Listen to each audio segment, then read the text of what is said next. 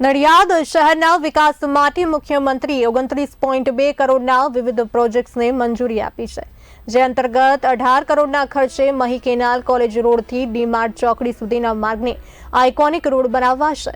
આ સિવાય શહેરમાં જાહેર સુવિધા અને સૌંદર્યકરણના કામો કરવામાં આવશે। આ વિકાસ કાર્યો માટે નડિયાદના ધારાસભ્ય પંકજ દેસાઈએ મુખ્યમંત્રીનો આભાર વ્યક્ત કર્યો છે।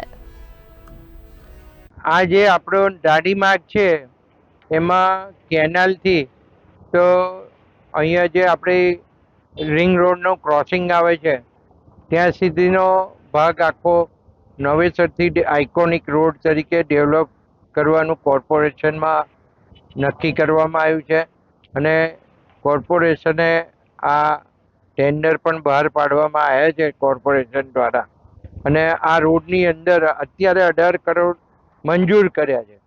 ટેન્ડરમાં જે કંઈ રકમ આવે એ ટેન્ડર ખુલ્યા પછી ખબર પડશે। ટેન્ડર એનું નીકળી ગયું છે।